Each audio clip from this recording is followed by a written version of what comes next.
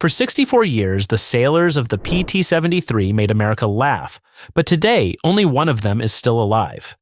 David here. And I will walk you through every face of McHale's Navy, then and now. Many people think McHale's Navy was always planned as a comedy, but at the end of the video, I will show you how it actually started as a serious wartime story. Subscribe right now so you don't miss the surprising truth waiting at the end. Ernest Borgnine, Lieutenant Commander Quinton McHale. The kind-hearted Lieutenant Commander Quinton McHale was played by Ernest Borgnine, whose real name was Ernest Ephraim Borgnino, born January 24, 1917 in Hamden, Connecticut, to Italian immigrant parents. Before acting, he served 10 years in the U.S. Navy during World War II, which gave him real experience to play a Navy officer on screen. Oh, no, you don't. A great cook like Fuji, he's ours, and finders keepers. In 1955, he shocked Hollywood by winning the Best Actor Oscar for the film Marty, beating major names like James Dean and Frank Sinatra.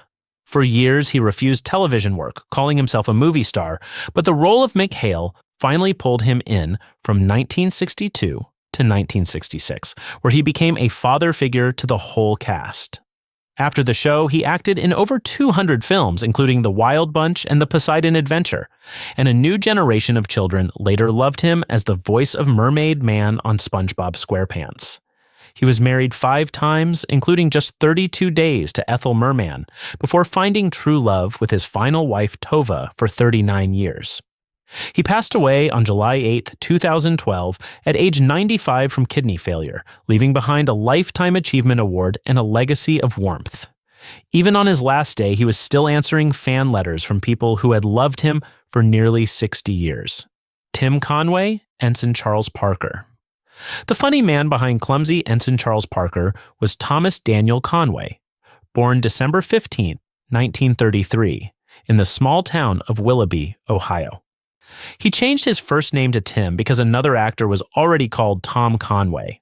After serving in the U.S. Army, he started doing comedy on local Cleveland television, where actress Rose Marie noticed his talent and helped bring him to Hollywood. Oh, no. I'm not sorry. I'm sorry. I got you confused, but I'm not sorry. He joined McHale's Navy in 1962, and his shy, clumsy Parker became one of the most loved characters on the show. After the series ended, several of his own sitcoms were canceled quickly, giving him a sad nickname as a show killer. Everything changed in 1975 when Carol Burnett invited him to her famous show, where he won 4 Emmy Awards and became one of America's greatest comedians. He later created the popular funny golf character Dorf.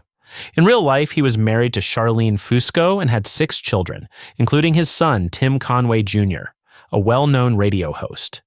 He died on May 14, 2019, at age 85 from a brain condition called normal pressure hydrocephalus, remembered as a comic genius who made millions of people laugh from the heart.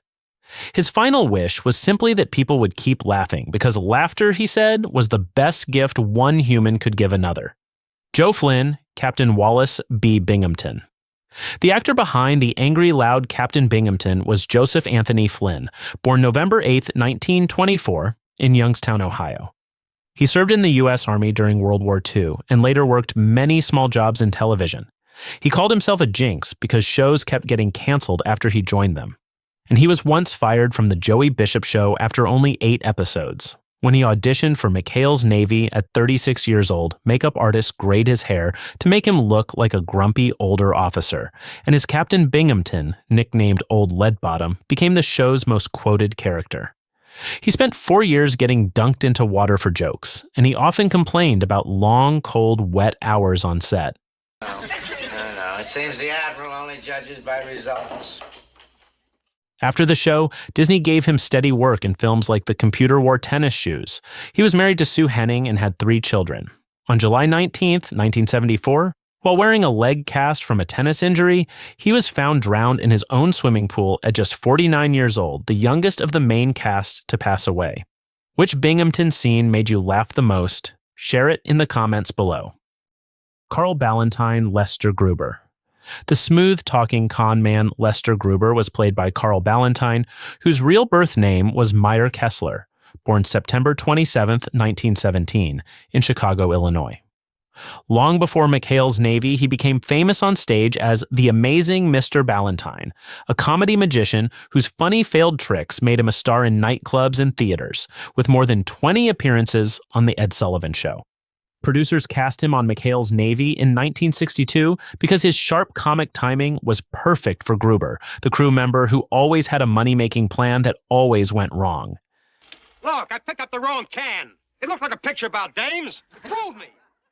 He kept the whole cast smiling between takes by performing magic tricks on set. After the show, he played Bert Plunkett on Laverne and Shirley and did voice acting in many cartoons. He was honored in the Magic Hall of Fame as one of the founding fathers of comedy magic.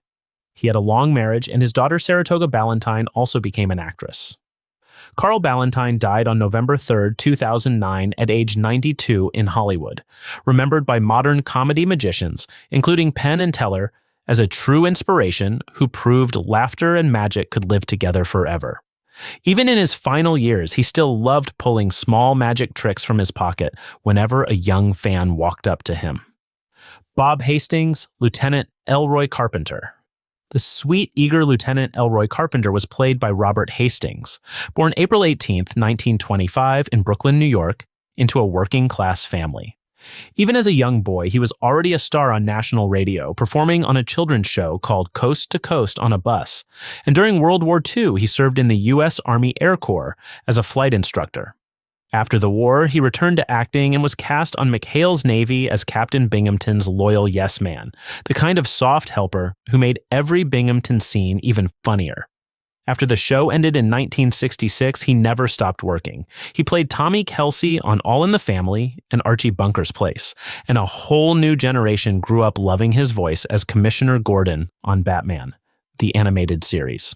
In real life, he had one of the quietest marriages in Hollywood, married to his wife, Joan, for an incredible 70 years until his death. He passed away on June 30th, 2014, at age 89, after a long fight with prostate cancer. 3 pineapples, 2 apple juice, 4 anchovies, 2 soy sauce.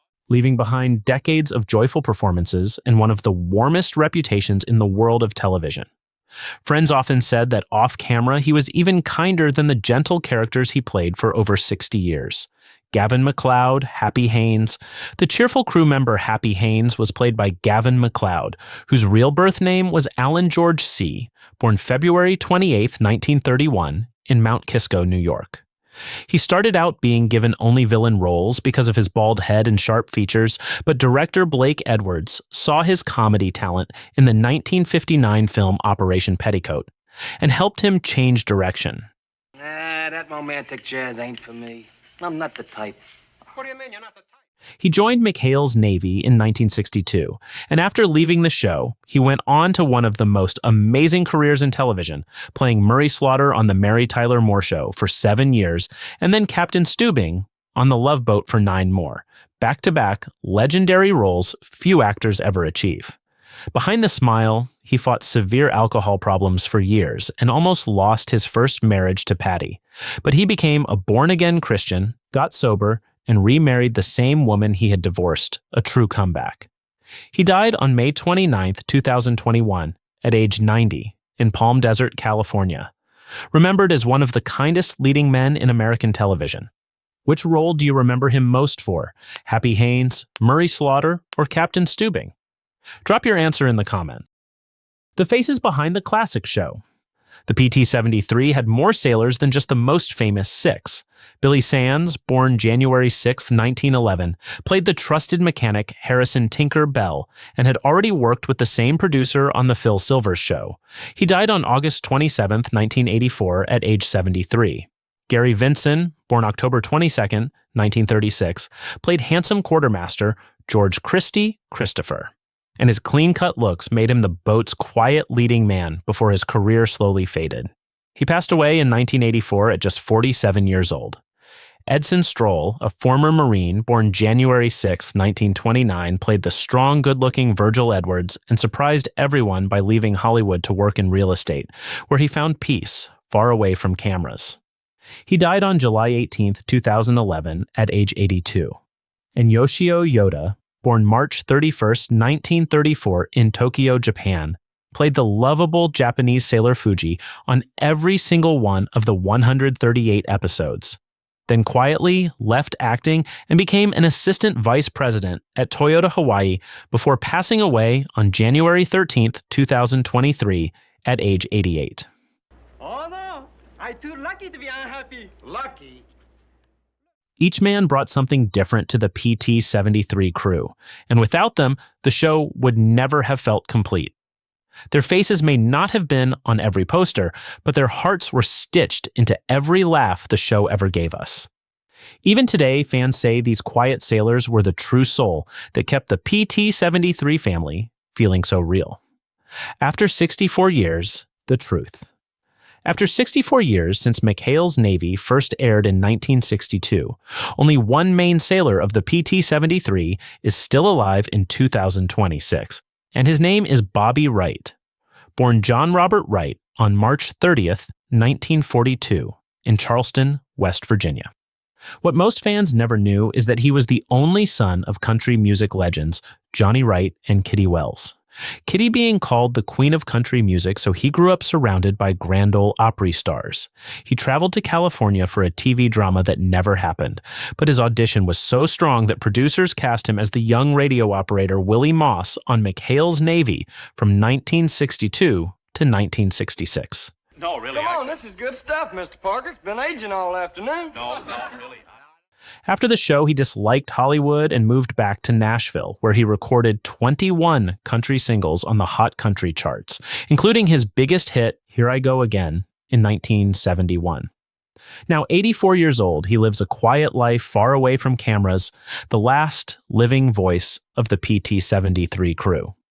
From 11 sailors to one, the laughter of McHale's Navy still echoes through homes around the world 64 years later, kept alive by the memory of a crew that will never be forgotten. Bobby Wright once said he still keeps a small photo of the PT-73 crew on his shelf because no Navy in his life ever felt closer to home. To him, those black and white memories are not just old pictures, they are family standing beside him forever. Started as a war story. Before becoming the funny sitcom fans remember, McHale's Navy began from a more serious idea called Seven Against the Sea.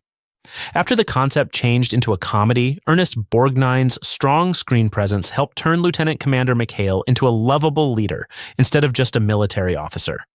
That change helped the show become a classic family comedy instead of another war drama. From 11 sailors to just one, the PT-73 has sailed into history, but its laughter still lives in our hearts. Bobby Wright remains the last voice of that golden crew. If this journey touched you, subscribe right now and stay with me for more unforgettable faces from your favorite classic shows.